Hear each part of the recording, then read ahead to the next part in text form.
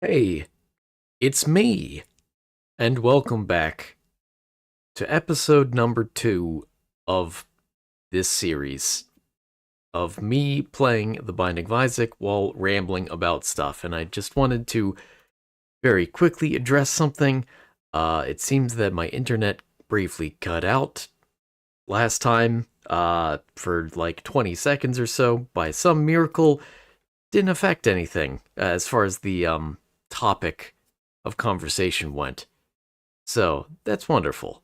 But this is not a great portent of things to come. I don't expect this to happen again. But yet it very well may. Who knows? Technical details, right?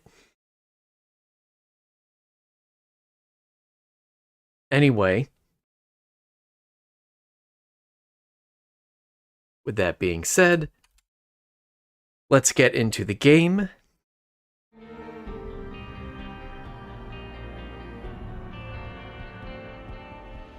Here we are. Day number 2. And I think what I want to do is play Magdalene and try to get 3 deals with the devil in order to unlock Azazel this time. The goal, as you can see at the top, is to beat Mom's heart. This is the first time, and possibly even go further, although that's a bit RNG based. And the topic for today's conversation is the actual biblical Binding of Isaac. Without further ado, let's get into it.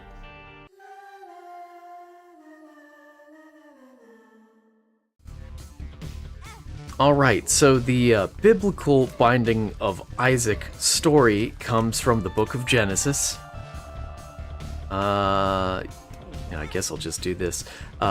Chapter 22, specifically, and it takes up almost the entirety of chapter 22. Now, as I guess to give some context for this, for my own research into this, I have studied the New Testament in a formal academic setting before, but I have never studied the Old Testament in such a setting before. So this is my first time really looking into what's called the documentary hypothesis, I believe is what it's called. The idea that the Torah, the first 5 books of the Bible, obviously including Genesis then, were written by 4 separate authors.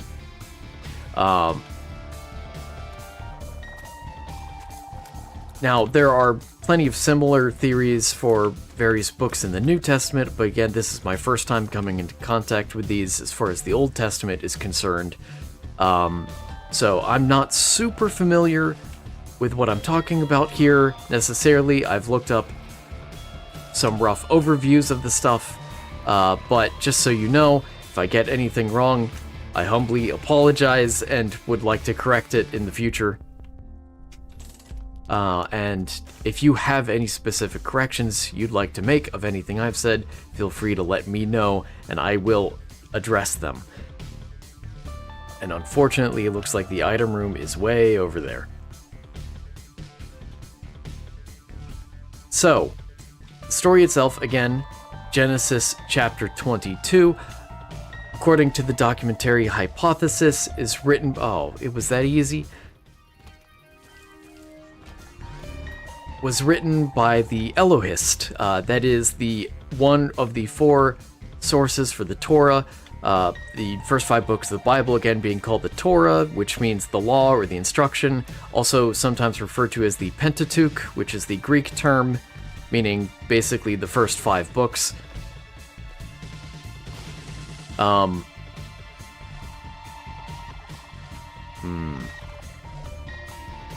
And so it's believed that the Elohist wrote most, if not all, of the story of the Binding of Isaac itself. Now let me give you some of the details, or in fact, not the details, but rather what the story is, how it works. And if you have never read the Old Testament before, never come into contact with any of these old biblical stories, first thing you should note is that they tend to lack detail and context. They really just tell you the facts of the story and nothing else. So don't be surprised if you have questions, if you feel like there are important things that weren't answered by the story. Now let me give you a short rundown of the events. So it starts off with Abraham, one of the patriarchs, and he has somewhat recently had his son Isaac born to him, and one day, it's pretty good, one day Abraham hears the voice of God tell him, "Go up onto this mountain and sacrifice your son Isaac to me." This is not the first case of a living sacrifice in the Bible. God, especially in the Old Testament, does ask for sacrifices of animals a number of times, but this is the first, and seemingly only time. Oh, there goes my whole idea of devil deals. Again, this is the first, possibly only time, no, definitively only time that God asks for a human sacrifice. And we don't actually get Abraham's response. He doesn't respond verbally to God telling him to sacrifice Isaac. It just says that the next morning, Abraham got up and left, taking Isaac with him, and 2 servants, they went to the mountain that was described and brought wood for a sacrifice with them. Abraham leaves his 2 servants with his donkey, takes Isaac up with him up to the top of the mountain. Along the way, Isaac asks Abraham, "Father, what are we going to sacrifice?" And Abraham says, a bit cryptically, maybe cryptic isn't the best word, but he says, "The Lord will provide a lamb for us to sacrifice." Even though that's clearly not true, it ends up sort of being prophetic. You'll see what I mean by sort of briefly. Okay.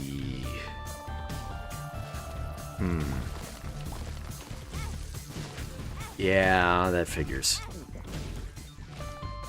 My focus is a little all over the place.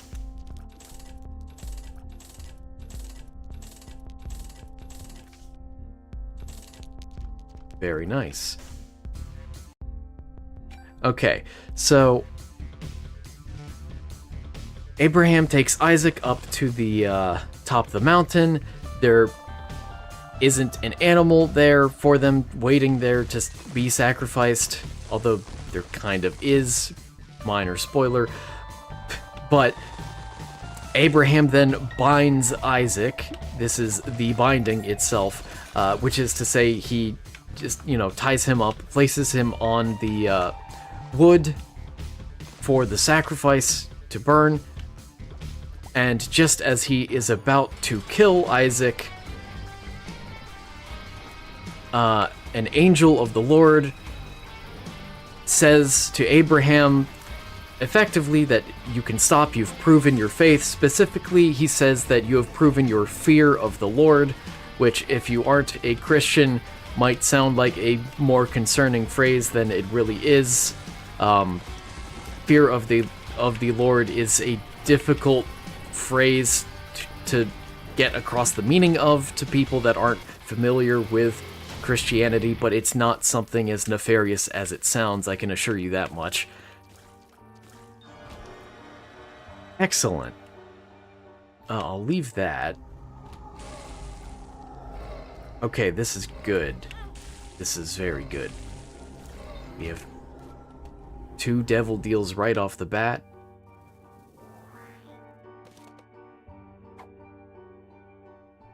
Okay, so Plenty of locations for the secret room, unfortunately. Or the super secret room is what I was thinking of.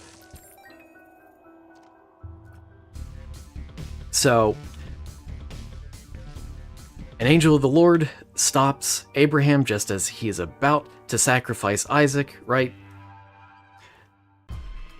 And then Abraham looks up and notices a ram caught in a thicket and decides to sacrifice the ram instead of Isaac. And so it seems as though somehow, in the end, the Lord really did provide a sacrifice that wasn't Isaac, that wasn't Abraham's only son.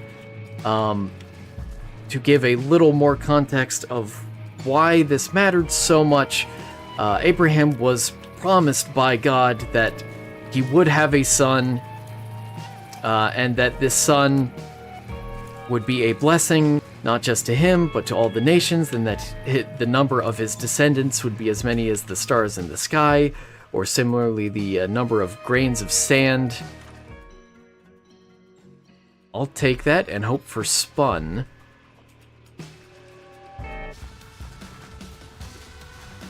Although I am lacking in damage.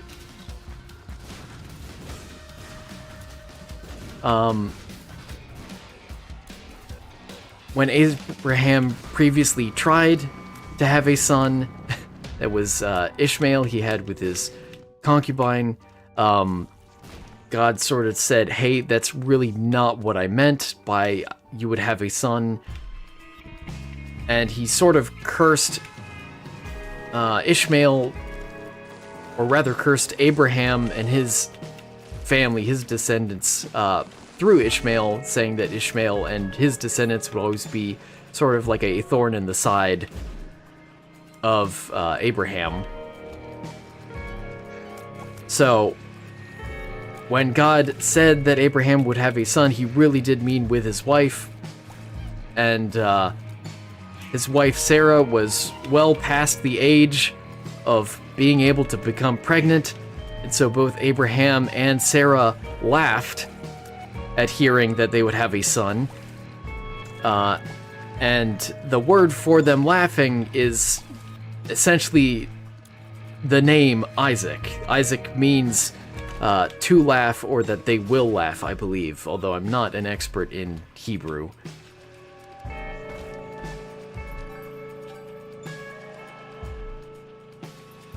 Ooh. And this was, yeah, that's a no-go. Sackhead. Ooh, I would like that.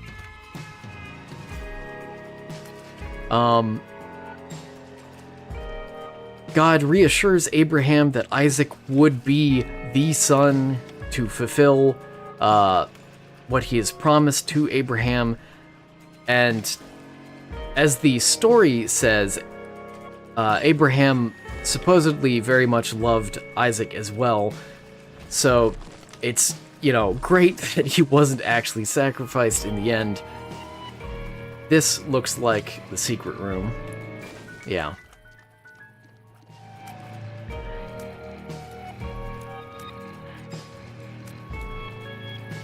A bit tight here. Okay, there we go.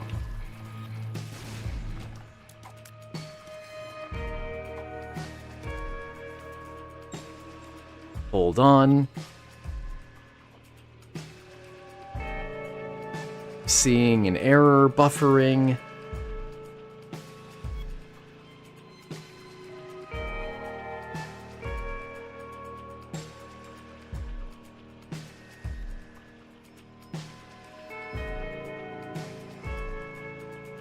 Just checking that the stream is alright. It looks not great, but not terrible at the moment. Let me check my Wi-Fi. Wi-Fi is spotty right now. Yeah, that's not great. It's inconsistent, rather. But so long as it doesn't turn off, I'll continue.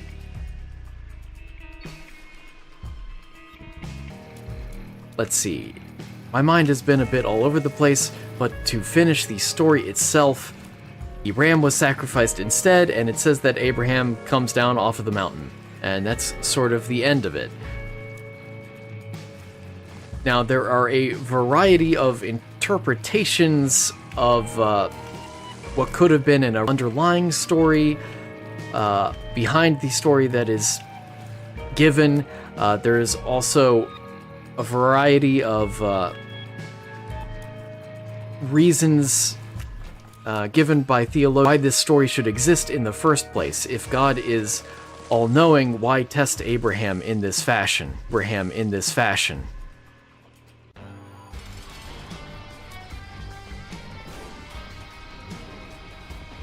I will get to that briefly, but to start off, I wanted to talk a bit about the documentary hypothesis, and as soon as I can concentrate again on that and reading my notes,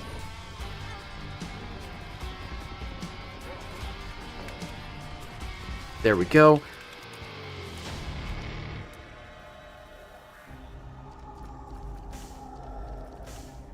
I will take it.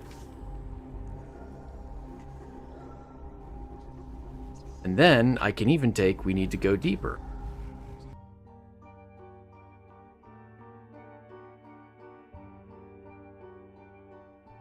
But I'd rather have the Elm Heart.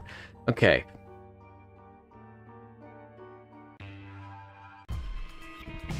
So, there's a very, very interesting interpretation of the story that I came across in research for today that I had never heard before.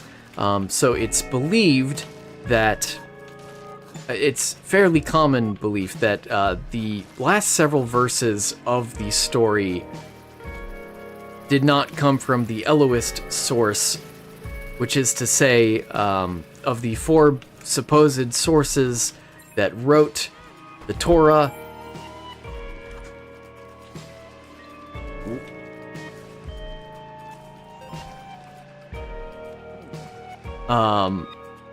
the Elohist source supposedly wrote the majority of the story, with what is believed to be the Jahwist source writing some of the last few details. However, a more modern and more interesting interpretation is that due to the use of Elohim, which is why the Elohist source is called the Elohist source in the first place, because they seem to be a consistent source and the only source that uses the word Elohim to refer to God, which is a name of God, or a title rather of God, or godhood, sometimes plural even. Oh.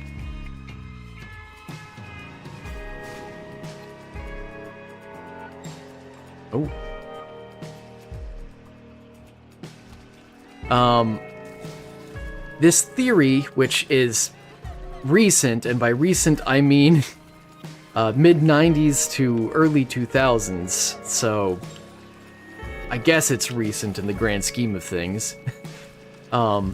This theory states that only the parts written by the Elohist source are actually the angels' dialogue to Abraham, which radically changes... Oh, okay.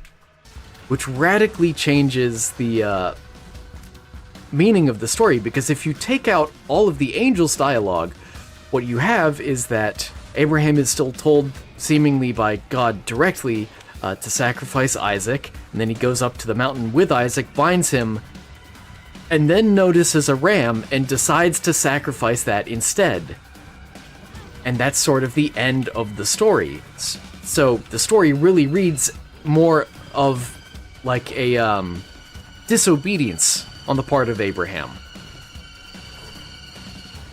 which is a very interesting interpretation. I'm not sure how much I believe it. I'm also not entirely certain how popular this view is amongst Old Testament scholars. But I found it very interesting, not something I had ever remotely considered before. And it wouldn't be the first time reading Genesis that I have seen what I interpreted as disobedience on the part of Abraham, when it seems like everyone else views it as obedience, particularly Abraham's dialogue with God regarding the destruction of Sodom and Gomorrah. When I read that through myself, that felt like Abraham being somewhat disobedient with God, you know, arguing with him about who, or rather, whether righteous people should be saved from destruction, and God saying basically that there are no righteous people in Sodom and Gomorrah anyway, so there's nothing to worry about.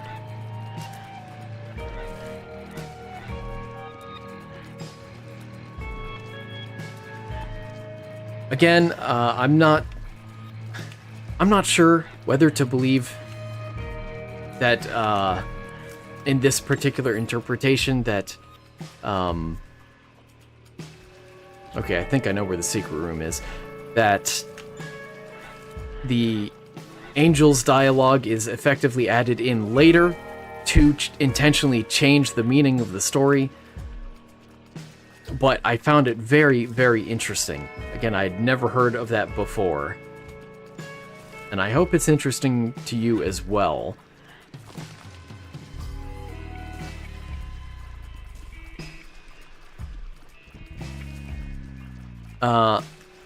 Let's see.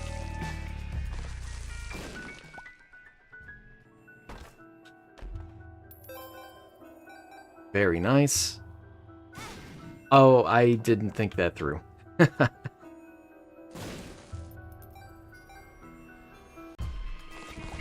But now I know.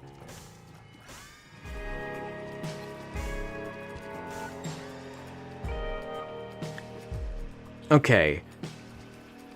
Now to get to theories, I am not doing great with getting hit today. I'm also not used to talking and trying to come up with a coherent, educational-ish ramble while playing a game, but as the series goes on, I will most certainly get a lot better at that.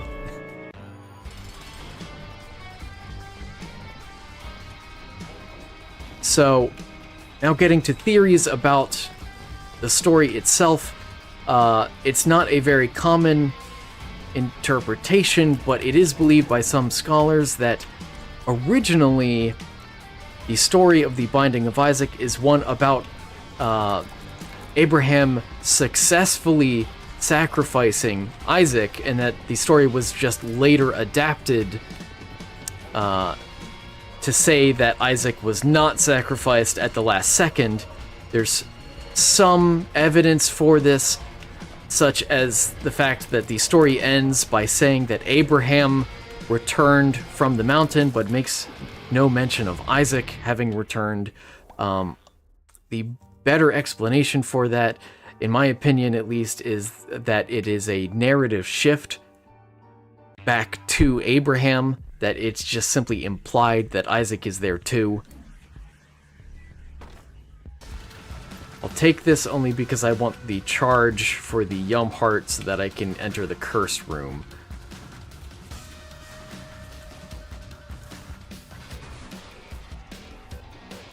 Although I hate these knights, which is, I believe their name, knights. Hate this enemy. Always slows down my run. Again, there are other pieces of evidence to support this idea that the story was originally about a successful child sacrifice, but that doesn't make a whole lot of sense to me. Because Isaac is still a prominent character throughout the Old Testament.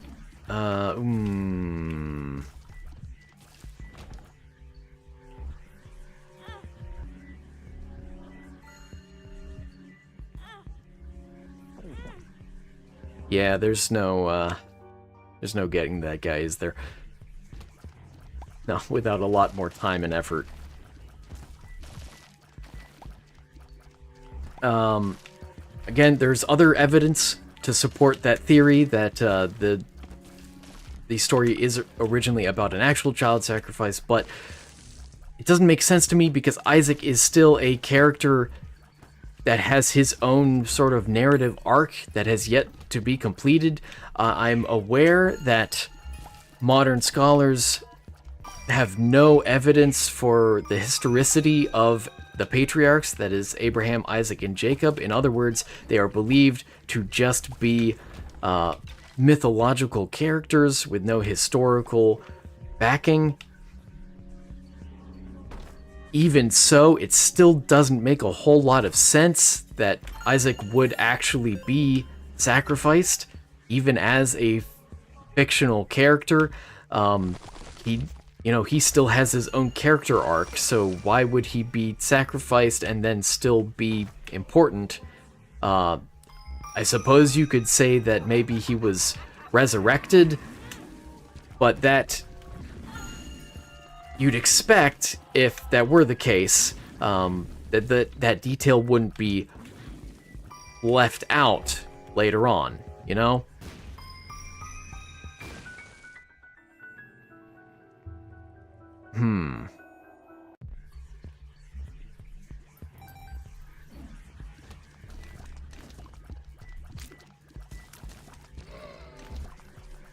Now, for those of you who may have never heard of the fact that modern scholarship does not believe that the patriarchs Abraham, Isaac, and Jacob are not historical characters,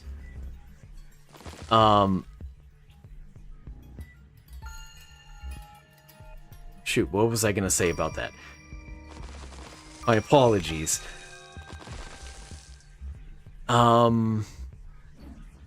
Well, good thing I'm not going for a boss rush or anything. Also, I'm not sure what I'm planning on doing with that teleport. I still need the Yum Heart. Well, I don't need it, per se.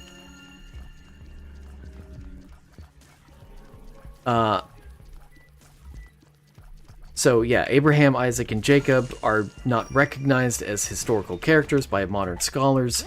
That's okay. They probably don't need to be in order for your faith to remain as it is.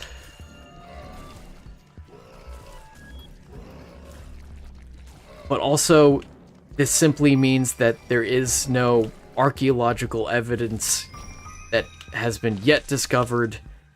It is possible, although not very likely, that evidence could one day still surface, although there was a somewhat extensive search in the Middle East for evidence of the patriarchs and none was found. One of the main reasons why they aren't believed to be historical is because although they're supposedly living around roughly 2000 BCE, a lot of the descriptions of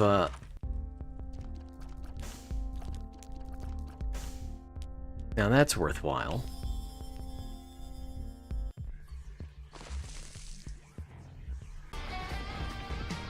For them. Oh. What are you doing, Internet?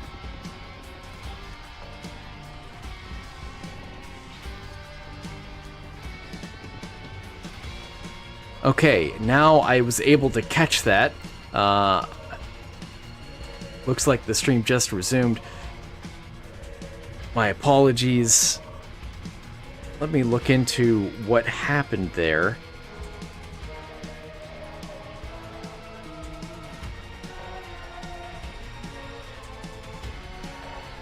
Okay, there's not much I can do about this right now. I'll try some basic fixes as well.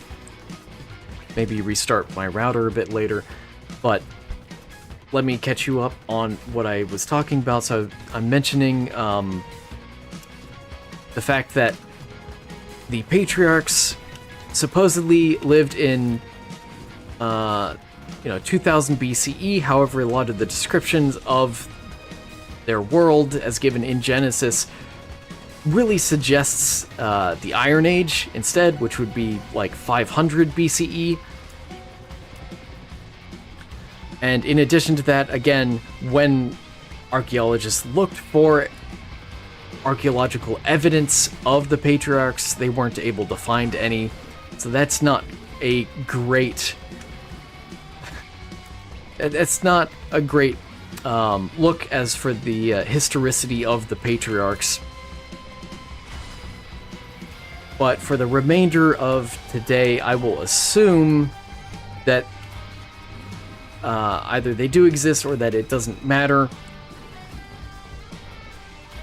I think for a Christian perspective, it's perfectly alright for them to have not existed, even in spite of the fact that they are mentioned a few times in the New Testament. I think it's still alright if they didn't, because we still have Christ, you know?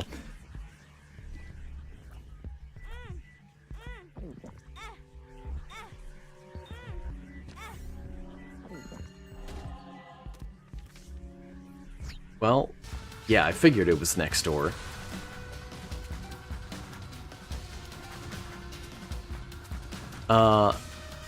Let's see. As soon as I finish this guy, let me pull up my notes again.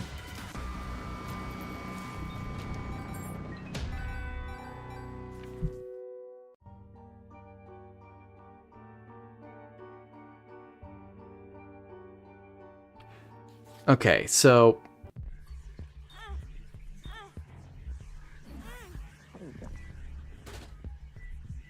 all right. And Lazarus, too. Very good, very good.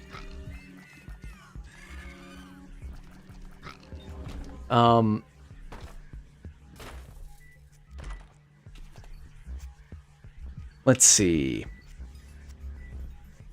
Traditional Jewish interpretations of the story of the binding of Isaac seem to vary, at least a little bit.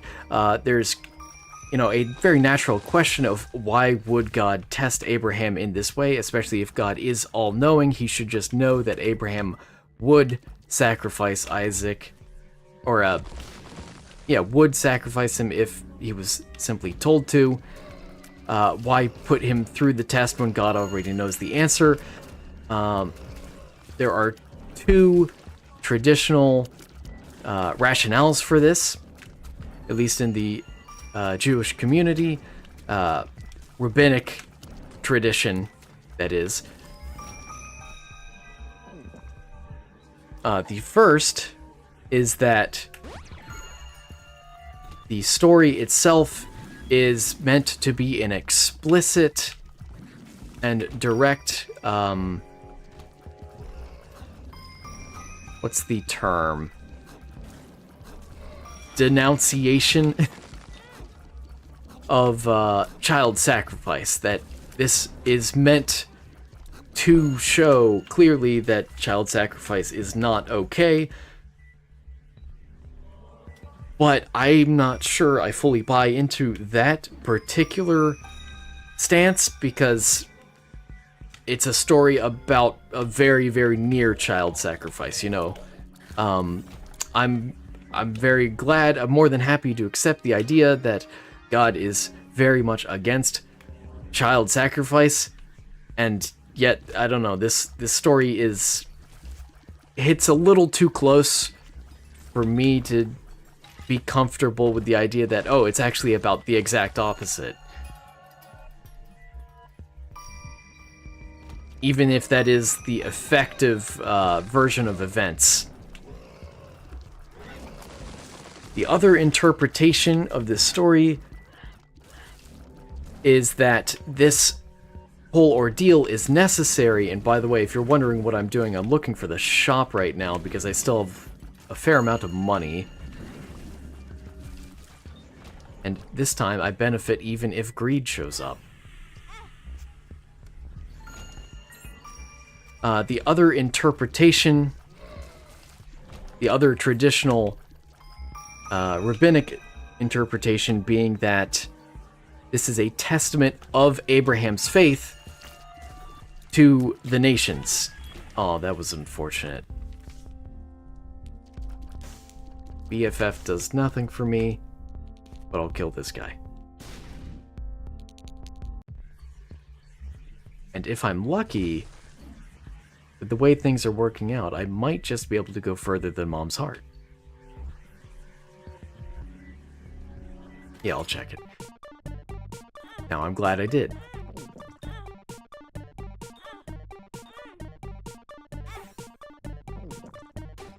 So, in other words, the reason why these events had to happen in the first place is because it was necessary to show that Abraham is worthy of being seen as a patriarch of the Jewish faith. That he really is this faithful, and indeed, such... that's not what I intended. But whatever.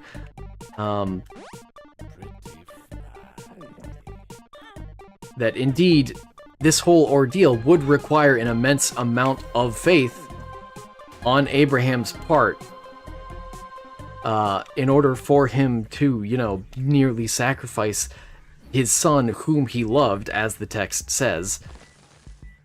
I guess I'll go with this much. It's unfortunate. I could push it further and really try to get a devil deal item out of that guy, but I'm not sure that's worth it at this point. I'd rather just get things moving.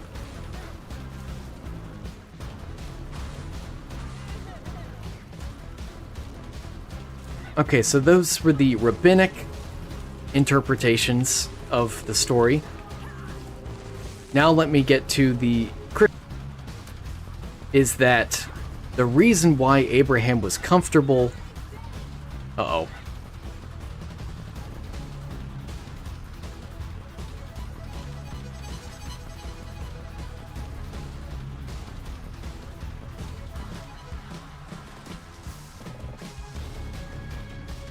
Alright, just making sure that things are okay. Cool. Okay, so the Christian interpretation... Oh, not responding again.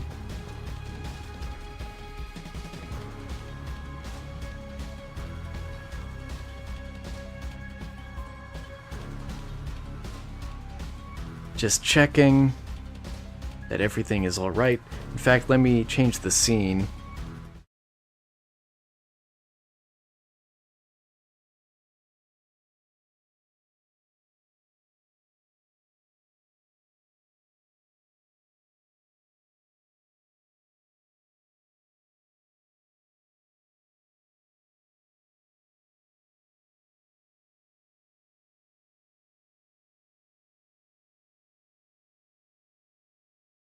I am so sorry for all these technical difficulties with the inconsistency of the stream itself.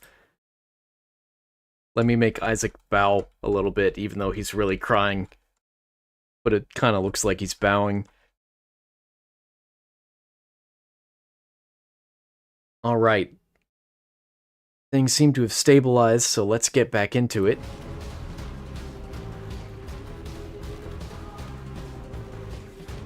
The first Christian understanding of the story of the binding of Isaac is that the reason Abraham was so comfortable to sacrifice, as to nearly sacrifice his son, or to be willing enough to do it, is that he is confident that God would fulfill his promise even if Isaac was dead.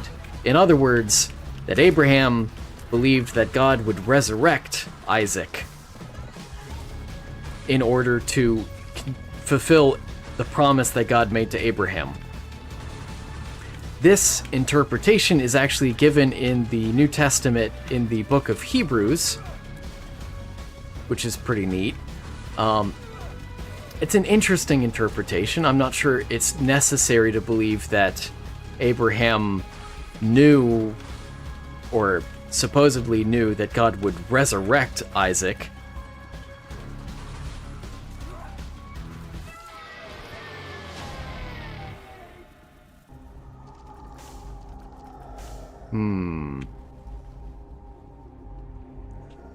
Yeah, I'll take flight. Actually, this will give me Leviathan, won't it?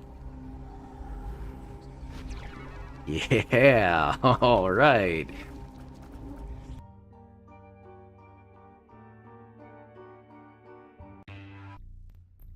Now, I wish I did have a red heart so I could intentionally throw the devil deal chance, but whatever. So the second Christian interpretation of the reason why the Binding of Isaac story exists at all is that Isaac is considered a prefigure of Christ. And this one I find fairly convincing. I know that being Christian and looking at Jewish texts through a Christian lens is, how do I put it? Not necessarily the, actually, I don't want to destroy that guy.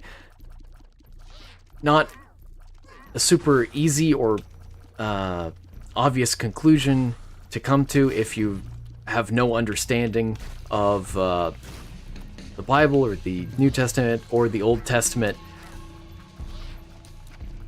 But yet, I find the resemblances between Isaac and Jesus to be pretty significant. Significant even if the patriarchs Abraham, Isaac, and Jacob are not historical people, because their story still exists before Christ, and yet there are, again, a number of similarities. The similarities being that, you know, Abraham the father is asking the son to be sacrificed. In the case of Christ, it does actually happen, although it's God's will, it's for the good of all humanity. But even in the story, The Binding of Isaac, it said that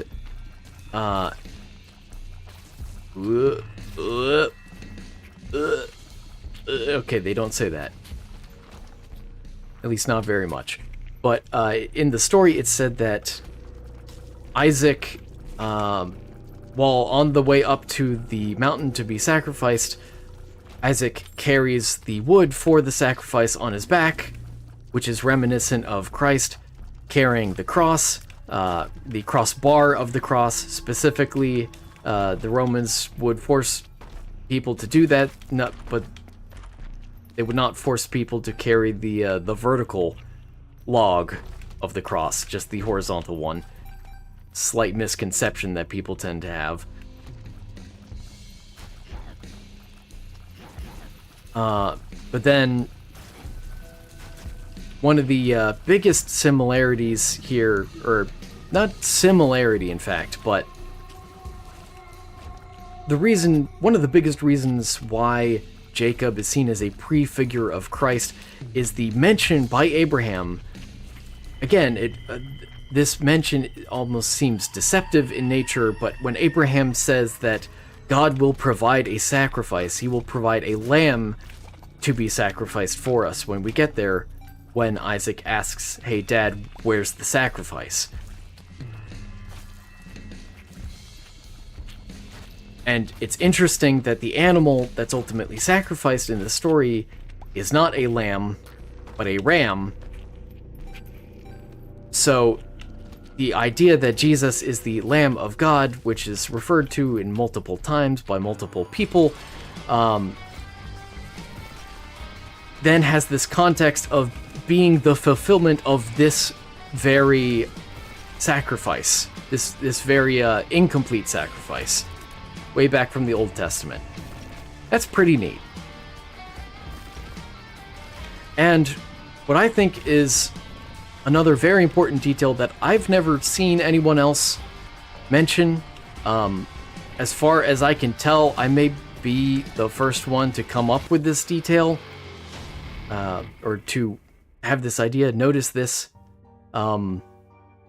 Maybe this just means I'm overlooking something major, or maybe it means I really am the first to make some sort of statement about this, is that when you look at Isaac's age, which I will get into a little more detail in a second here, Isaac's age is definitely no older than 37, but the question is, how young is he? I mean, in this game, Isaac is clearly portrayed as a young and pretty helpless boy, right? But if he's old enough to carry wood for a sacrifice on his back, then I'm willing to bet he's at least 10, maybe a teenager. I don't see a particularly young child being able to do that. You know? Which suggests that Isaac wouldn't be so helpless if he were to struggle against Abraham binding him. Some scholars have suggested that Isaac may have fought back against Abraham. No. I wanted a regular one. Resulting in Abraham and Isaac not really speaking to each other much after the fact. However, they never spoke to each other much before the fact either.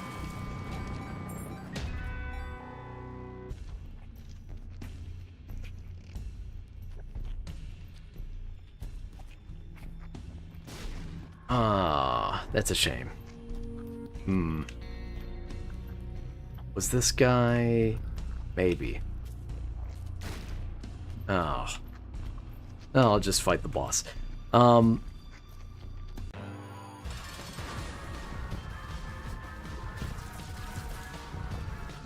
poor Maggie. Slow and weak. So, in my mind, rather than implying some sort of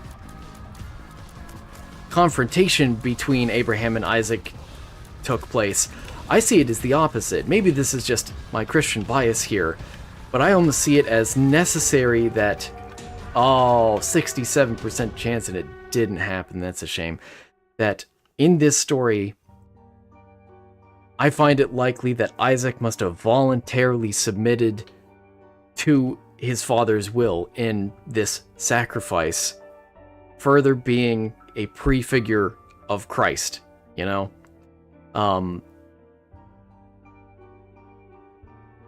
Keep in mind that Abraham, at this point, is also over 100, definitively.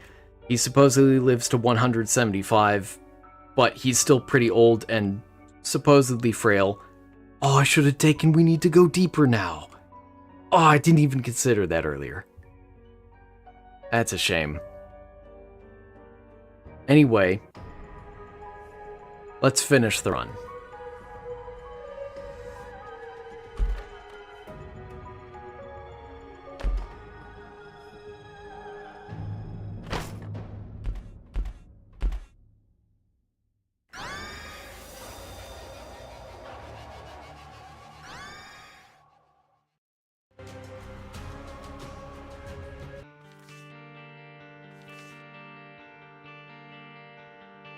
Alright, that will do it for today, and that wraps up the discussion about the biblical binding of Isaac. It was probably a pretty bland discussion.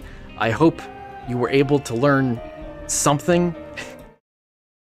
I hope it was entertaining to you, or educational. I wish it's entertaining, but it probably isn't. There are other topics that I'm much more passionate about, and I don't mean to only talk about Judeo-Christian topics. I'd love to ramble about just about anything. Math, science, history, sociology, others.